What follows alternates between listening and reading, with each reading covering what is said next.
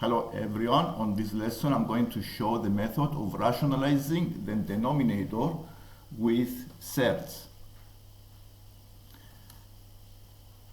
The first fraction I have is 1 over 1 minus square root of 5. To rationalize the denominator, it means to simplify the fraction without any square root, without any surd. And to simplify the fraction, we use this identity. The a minus b times the a plus b is equivalent to the a square minus the b square. And also we use the method of equivalent fractions. So what I'm going to do here is to times both numerator and denominator by 1 plus root 5. So what I have on the numerator is 1 plus root 5. Then denominator is exactly the identity which I can replace as a square minus b square. In this case the a is 1. So it is 1 square minus root 5 square give you root 25, which is 5. So you do minus 5. So I can simplify the fraction. 1 minus 5 is negative 4.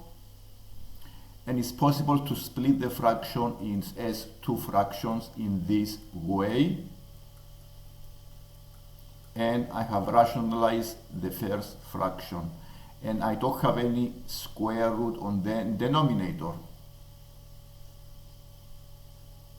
The second fraction I have is this one, which is root 2 over square root of 17 plus square root of 2. I'm going to follow exactly the same methods.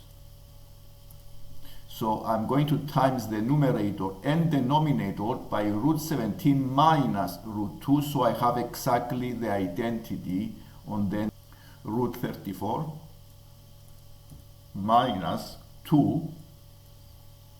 And the denominator is the difference of two squares, which is 17 minus 2.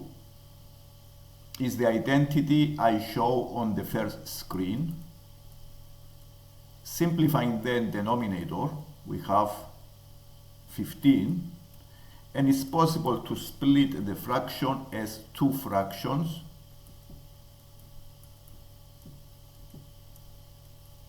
In this way, and then I rationalize the denominator.